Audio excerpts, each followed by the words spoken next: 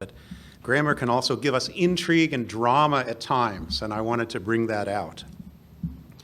I've been in my neighborhood for a few years now, and it's been a pretty good neighborhood, but I wasn't sure when the city put this sign up. I kind of got insulted what they were saying about my kids, because I think my kids are actually pretty smart. Now, it could have been worse. They could have done this sign here. The thing about grammar is it can really change the meaning, like some little colon marks, would give a difference. So are they insulting my kids or they just want me to drive slowly? And so the thing about grammar is it can really change the meaning. Sometimes it can make the meaning even opposite of what it otherwise would be.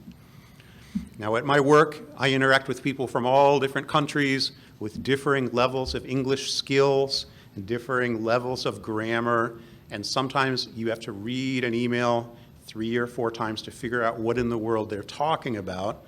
And sometimes it can mean a totally different thing just because of where you put a comma or a period or how the case is, things like that. You have to be really careful. Now, somebody who really loved this stuff was William Shakespeare. He loved the English language. He gave us lots of phrases. And he also loved to do things with double meanings. So we would have some phrase that means one thing to one person in the play and a totally different thing to another person in the play. So take Romeo and Juliet. So if you haven't been in school for a while, you remember Juliet was a Capulet, right? One great family of Verona. But the one that she loved, Romeo, was a Montague, and the Montagues were hated by the Capulets. But Romeo and Juliet loved each other. And in this particular scene, Juliet was talking to her mother about her cousin who just died. She calls her cousin a kinsman. And so she says this quote, "Indeed, I shall never be satisfied with Romeo until I behold him. Dead is my poor heart for a kinsman vexed." Now, the thing about that is that can be taken 2 completely opposite ways. So what her mom hears is this up here. "Indeed, I shall never be satisfied with Romeo until I behold him dead." Right? She wants him dead because he killed her cousin. And then she says her heart is vexed for her cousin who died. Right? But that's not what she really meant. That was for consumption by her mother so that her mother wouldn't freak out that she loved an enemy. Here's what she really meant. "Indeed, I shall never be satisfied with Romeo until I behold him," because she wants to be with him. And then she says, "Dead is my heart for a kinsman vexed." Completely different things. So how could she get away with saying different things like that? Well, it helps that spoken language has no punctuation, right? This was a live play, and so she wasn't spitting out commas and dashes when she was talking. And the other thing that helped was that her mother heard what she wanted to hear. Her mother doesn't want to hear that she really loves this enemy. The mother wants to hear that she's going to be a good kid and she's going to toe the line for the family. But when we write things down, English has punctuation. So if we would have only read the written version, it would have been very clear. Shakespeare could have made it clear one way or another if he wanted to. But of course, he didn't want to do that. So what does this have to do with the Bible? Well, this is not only a problem in Shakespeare, it's also a challenge in the Bible. Because the Bible started out looking like this. Right? If you look at some Greek text in the Bible, that's what it looked like. Not only did you not have periods and commas and things like that, they don't even bother giving you spaces between the words. Right? So you have to figure out what words go together and where does a sentence start and where does a sentence end. And it can change the meaning. You have to watch out. Most of the time, it doesn't matter, but sometimes it does. Hebrew's even harder. Hebrew doesn't even always give you the vowels of the words. So you kind of have to construct things, and there's some ambiguity. So part of your Bible, it's shocking, is not inspired. Right? And I don't just mean the map at the end or the commentary or the foreword or anything like that, but every page And not just the chapter heading, but like all that punctuation, it's not there. You can see it, right? It wasn't in the Greek. So it was added by well-meaning translators, pretty good translators, who got it right 99.9% of the time. But every once in a while, there are some controversial places, and they put the commas in where they thought it went, based on their understanding of what God was trying to say. So one example is Luke 23:43. So that's the Greek. Here, they were nice enough to add some spaces to this version of it at least. But in English, it looks like this. And Jesus replied, I assure you, today you will be with me in paradise. So that's kind of the traditional translation that you'll see in a lot of Bibles, some variation of this. But what about this? If you move the comma over, now it has a completely different meaning. And Jesus replied, I assure you today you'll be with me in paradise. All right, so in one way he's saying, today I'm making a statement about your future. That's the bottom. The top is he's saying, here's what's going to happen to you later this day. So which one is it?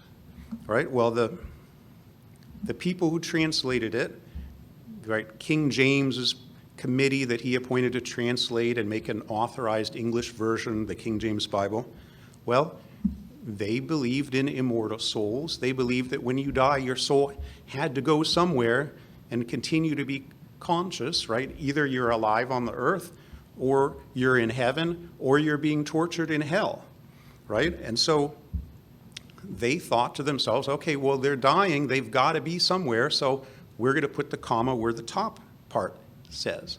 But the early church, they knew what Jesus was talking about. They didn't have the concept of immortal souls. That hadn't crept in to Christianity yet. And they also knew what Jesus said in other places of the Bible when he said, 3 days and 3 nights, I'm going to be in the grave, right? I'm not going to be in paradise. I'm going to be in the grave. And this is not a sermon to try to prove that. You've heard that on other occasions, I'm sure. But punctuation makes a big difference. And if you punctuate a certain way based on your beliefs, well, now you're basically putting your doctrine into the Bible. Even if that doctrine contradicts other places, you're still creating something new that contradicts other parts and confuses people. So they basically did what Juliet's mom did. They read what they wanted to hear. They fell into that trap. Another example is Mark 16, verse 9. So again, there weren't commas in the Greek. So this is about Christ when he rose. After Jesus rose from the dead on Sunday morning, the first person who saw him was Mary Magdalene. So that's the traditional translation, so you have some version of that probably in your Bible. Here's another way it could be. Same words, not a single word has changed on the last verse or on this verse here. After Jesus rose from the dead, early on Sunday morning, the first person he saw was Mary Magdalene. So which one is it? Right? If you have a belief that he died on Friday and rose on Sunday because your group translating was Protestant and they recently came out of Catholicism, well, you're going to put the comma in a certain space.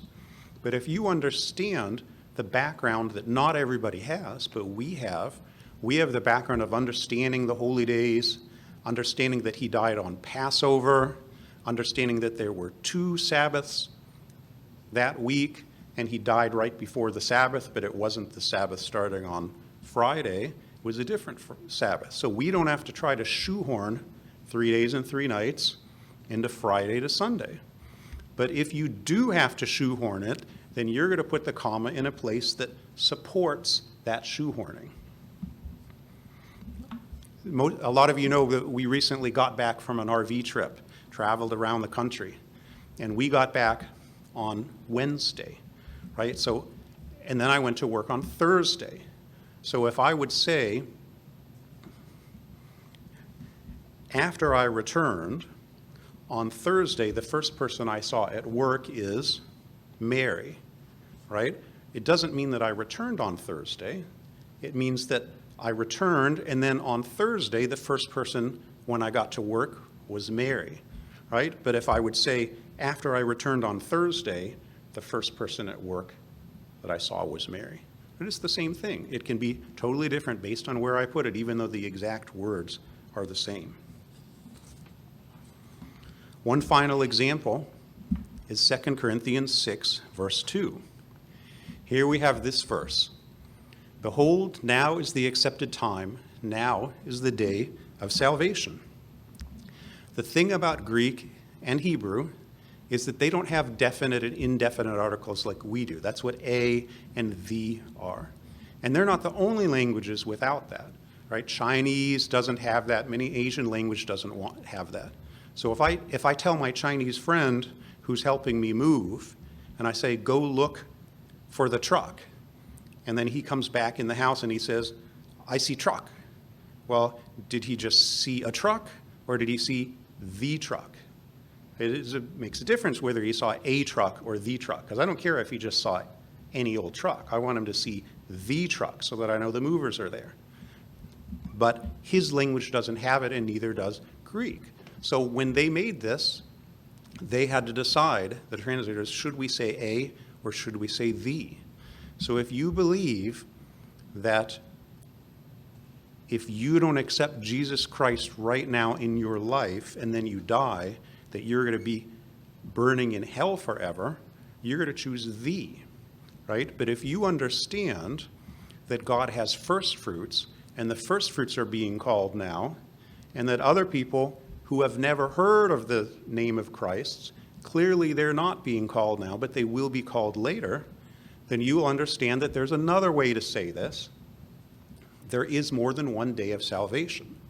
There's only one for any individual. You're either called now or you're called in the future, but there's more than one time. God is working with different people in different times.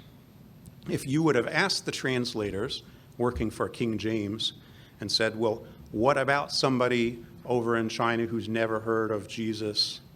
What's going to happen to them when they die? And they're going to say, well, they're going to burn in hell, because that was their belief. They believed in an immortal soul. They didn't understand the second resurrection, even though it's right there in Revelation. And so that was their belief system, and you can see their belief system is there in the top translation, right? But the bottom translation actually fits the context of the rest of the Bible. So just one last thing to stress how important grammar is. I saw this in Anna's fourth grade school. She just started fourth grade on Thursday, and this was the sign that was in her classroom. Let's eat grandma versus let's eat grandma. Punctuation saves lives.